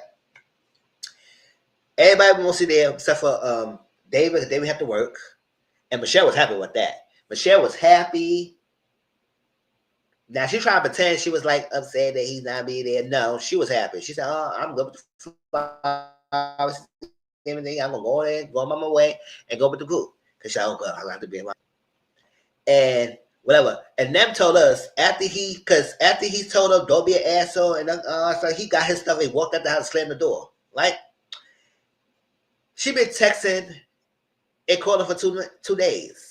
We see the proof of the text messages that she be hitting him up for a couple of days and he not responding. Now keep that in mind. Then I guess that morning of that dinner date, he came in and got some shoes or something like that and walked right back out and said I think he said hi and that's it and walked out. So, and that was in the bus and everything. She told him everything. She said, listen, this is what happened. And yada, yada, yada, yada, yada. They said, oh my God. They didn't know. Because I don't think that even ladies do. The ladies say, oh my God, this was going on. So I guess I remember having telling them that much either. So they go in there. They having to sit down. They having this discussion and talking.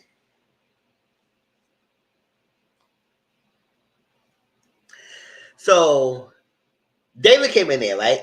David came in there on his break. I think he snuck out, like he went on his brunch break, and he came over there to eat and everything, it's like that, and they go back to work. And everybody was excited for David. Oh, hey, David, especially Juan. David was like, hey, David. I said, you excited for David. You excited for David. So, and then, but Michelle was like, damn, why the hell you come? So she sat next to him and everything because he came. And it was nice for him to come, though. It was nice for him to come. Even though it was like a short little second to get some little food and go back to work. And Ketchy came in, he had a dark cloud on him. Dark cloud. Everybody said, oh. You know when somebody walk in the room and they bring some dark energy with them? It's just like, oh, child.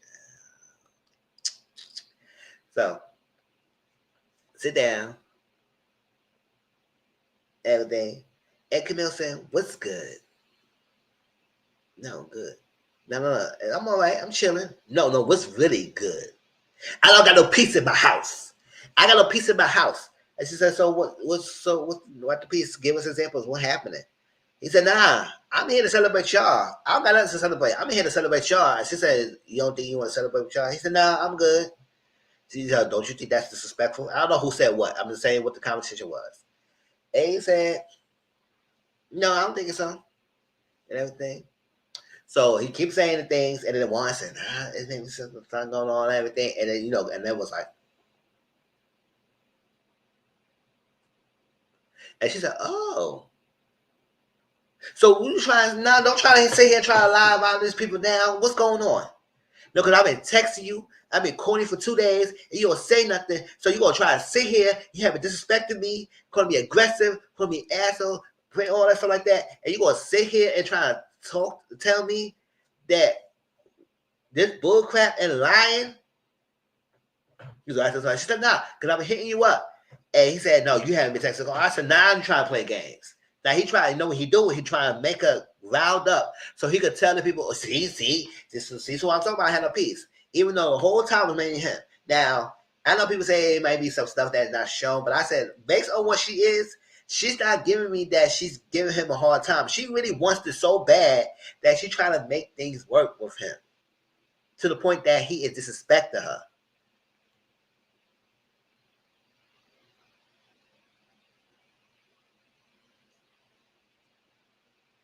So and that was getting blown up and getting loud up. Carla said, "Hey, Nam, come on, let's go to the bathroom. Let's go to the bathroom." So all the ladies got up and go to the bathroom support, and she had to get herself together. She said, "Don't let no man take you out your character and whatnot, because he's not worth it." I said, "No, that's right. That's right. Don't let him take it out your character, because he is definitely not worth it at all. Finito, period." So that's that. They got back on there, and then when the Glaze went to the bathroom, he was like, "See, that's why I tell you, I didn't want to talk about it."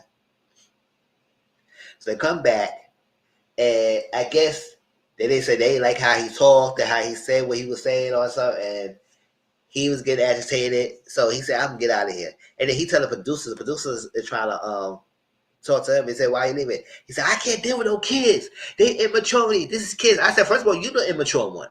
You're the most immature one, because you don't like being challenged with your questions. You don't like to be talked about." And then all of a sudden he said, "Listen, she be coming on me and coming advancing on me." And then like the winning day, she came. I didn't even get the chance to ask her if she wanted to kiss me. kissed me, tongue down my throat, and making all these advances. And then outside, he said the reason why he can't do it because never putting him down, making him feel inferior. And so I said, no, she said none of that. She said none of that, and she didn't make you feel that way. You felt that way, and that's what your major issue is. You felt small and little for her. She never belittled you. She never make you feel less than a man. She never make you intimidated. She has her own practice. She has her own money and everything. You don't feel like she needs you. So you think that because you saw her apartment, that's the issue. When you saw her apartment, you saw how well she was established, her house, where she was living her own, you felt something way about that because you were doing a little jazz about that. And ever since then, you went a little downhill. You never recover because you saw how well she was off. How well not off. How well she's living her life. And that's something that's out of your league, way more than what you providing. You have. So you didn't like that she has the finance. You don't like that she living a good style. You don't like that she had a nice apartment and she's well established. She have her own career. She's doing well. And she just want a family right now. And you felt intimidated. You felt belittled. You felt inferior. She didn't make you feel that way. You did. So you was very projecting hard in this episode. You were projecting hard. And that's something, buddy, you had to deal with that. So that was the episode. Let's go to previews. So the next half of the season is gonna be explosive. We all know that it's a when they tease us that it will be a freaking couple swap. So we try to figure out what happened, what led to it, right? So we see on one hand that David texting Michelle saying that, listen, you look so good, I want to eat you up. You know what he mean. We don't have to explain it. He didn't go and clarify. Y'all know exactly what he meant. And it was kind of weird because it's like, David and Michelle, they haven't been really doing nothing to make it sexualized or make it anything that make him want to do anything. I don't know. He want to do something with something else. Now, realize that text message was not meant for her, but he sent it to her for some reason. And then when she confronted about it, he came up with a figure stupid ass lie about it. Oh, my cousin sent me a picture of a food or something like that, and I told her about the food, and that food was the one I wanted to eat up. I said, if you would come on a better lie, you should come on a better lie than that. That was a dusty ass lie. But at the end of the day, we don't care because after how much she was treating him, I said, go ahead, David, do what you. I get that point. He don't give a damn about Michelle's feelings. He fed up and he gonna do him. He said, I didn't sign up for this. So you don't want me? I'm gonna snap back someone else. Second frustrated, he needs to let on. So that's what he doing. I guess Michelle feel like he has been entertaining other females in a relationship. I say, and I don't condone that if you were doing right and you was doing all you can and you was being faithful and loyal to this guy and you was treating him right, y'all was doing a good thing and he being a-hole. But he's not doing that. So he entertaining what we want to entertain, and girl, you can find you somebody else. Even this playing school. Even the playing field. So that's that. And then we get some Madison getting her hand fed. She getting fed with some food with somebody's hand that's not Allen's. I think that's David's hand, but I could have sworn. And you know what, y'all? I'm thinking so much of that David and Miss Madison might freaked around. I think David might mess with someone else. Can it be? Bear with me. Can it be that it's Juan and Madison that messed around? Because I know Dr. P had confronted Juan because there's something that Carla wanted. She wanted physical affection with someone and everything. And she wanted to Juan, but she not getting for Juan. But Dr. P, don't play with me because I know you have been sexual, you been having sex like that, and you try to play it off like you're not doing that. So don't try to play me that you don't not doing that. And he got frustrated about that. So I said, let me find out Juan and Madison might be the one freaking thinking. And not David. I don't know. I think it's David. But it could be Juan. Because something about it that he did something sexual that is not with Carla that got him upset and then he got called out on it. Let me find out, Madison, you freaking around. Because I know Michelle says that she didn't like that a woman in a group or something like that will mess around with someone's husband. So the only one I can think of, it could be a Madison. And then Madison come around saying that, oh, it's 3:20 in the morning, 3:30 in the morning. You mad? You glad I came home? So what? I came home anyway. I said, girl, you just such a dude. I'm sorry, because that's what God would say. Because the roles reverse and you wait for your man, you would have a whole hissy fit. The fact that you don't have no issue coming home 3 o'clock in the morning, almost half hour to 4 o'clock at late night, and say, so well, I'm glad I came home. And you married? That's a problem. Now, I'm not saying every now and then you hang out with your friends and you hanging out, you communicate with me and say, babe, I'm going to maybe come home a little bit later. They'll wait up for me. I'll meet him. I'll make sure I reach you out, you like that. I said, okay, fine. Joy, have your good time. But don't do random things and don't communicate with me and then come home so late in the morning and you didn't say nothing. You ain't going to be staying out late and go tell me, oh, it doesn't matter. I'm glad I came home. F out of here. Because if Alan, everybody would crucify Alan for doing that. You would crucify him for that. So no, the rules got to be the same with Madison. So she's doing what she's doing. And then Alan said something that he got some urge he needs to satisfy. I said, oh, so you get sexually frustrated, see some urge. So who the urge you trying to do? You got impure thoughts about who? It's not too much Madison because she's not giving anything. So who you dating that thing to? And they also got to say Alan's like, he gets so freaking pissed that he hitting freaking kitchen cabinets. And I said, ooh, they did what the cabinets did to you. Punching it and hitting it. I said, mm-hmm. And then somebody tried to propose to them. I said, who was that proposing to her? And then we said Alan's hugging it and them. And we see like a counselor's trying to get them and Ikechi to work it out. I said, y'all need to stop. Your experts in this marriage for first sight need to stop trying to force something. Y'all see these clips. I know also I know Pastor Cal will confront Ikechi. But they were trying to make them work that out together. And I know he said divorce was the table in this episode. I said goodbye. Sign the divorce papers. Sign my papers and get my divorce. Yes, sign it. So it's a lot in this second half. I want to see who's gonna swap. I'm here for it. But that was Mrs. So I was married first time, y'all. Any little last thoughts? And I'm gonna get on here. I think I'm gonna quickly review, do the podcast review style of the traders. And I might get on Discord later on. You know, it's a weekend, y'all. So I might get on Discord later on to watch some shows on BT and stuff like that. So come around, y'all. Come join me in Discord. But before we get out of here, I shared the Addison Hoka video to y'all. Please watch it and get my views up on that. What y'all think about that? Quickly before we get out of here. Because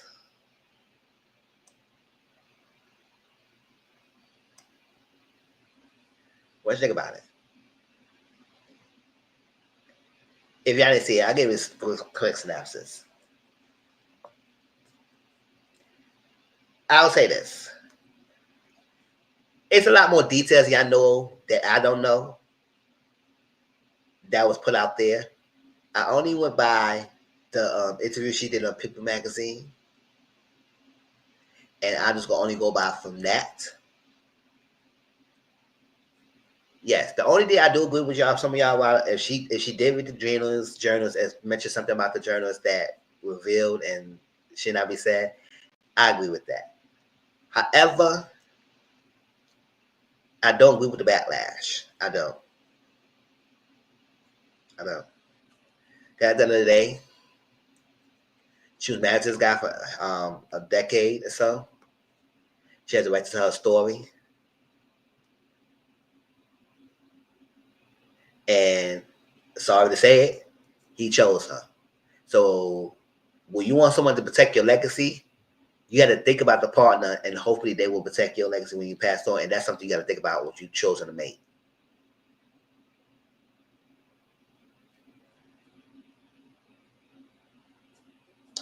I don't think the backlash she's getting because of what she said in the interview. I think the backlash she's getting, in my opinion, is because she a white tee, a loose sleep paper chick. That's my opinion. That's my. You might have different opinions, but y'all put down a conversation down below. Let me know your thoughts. But I'm just saying, like at the end of the day, I probably understand maybe some of the background, why people might be upset and have an issue with it. But I feel like I said, listen, she has the right to tell a story. So if she want to tell it, she can tell it. Or she said she found something in the closet that was like drug paraphernalia, drugs, the substances, and we don't know. And we don't know. Because we trying to figure out what led him. Because yes, we all see he was a happy-go-lucky person, but at the same time, he had another side that we all know. And the fact that we not in a household, the only person who could probably tell you is her or the children. And then the family got their own side of things. Let the family speak their speech. And we got to get their side of things. If they want to air it all out, do it, go live or something like that, I guess people will be here for it. Either you listen to it or you don't. That's it. We got to get to the point that we can't be so emotionally charged with some people. Just let it be, let it see, and come on, move about your day. But I do want to say prayers to everybody in LA. It's devastating down there. I know the government, please help these families. I mean, I know tragedy that people spend years, life savings, getting their houses down there, and it can go down in an instant like that so quickly. And the pictures to be seen is like devastating. I said, "Oh my gosh!" It looked like a freaking landfill in the open area. There's all that houses that burnt. Don't want to think about it. So prayers to y'all, family, friends. Reach out to them, see if they're okay down there. You never know. Natural disaster can be a mother. It can happen anytime. And I know sometimes people have sentimental values attached to the house, but when it's coming to your life and safety, please cherish your life. Cherish your life.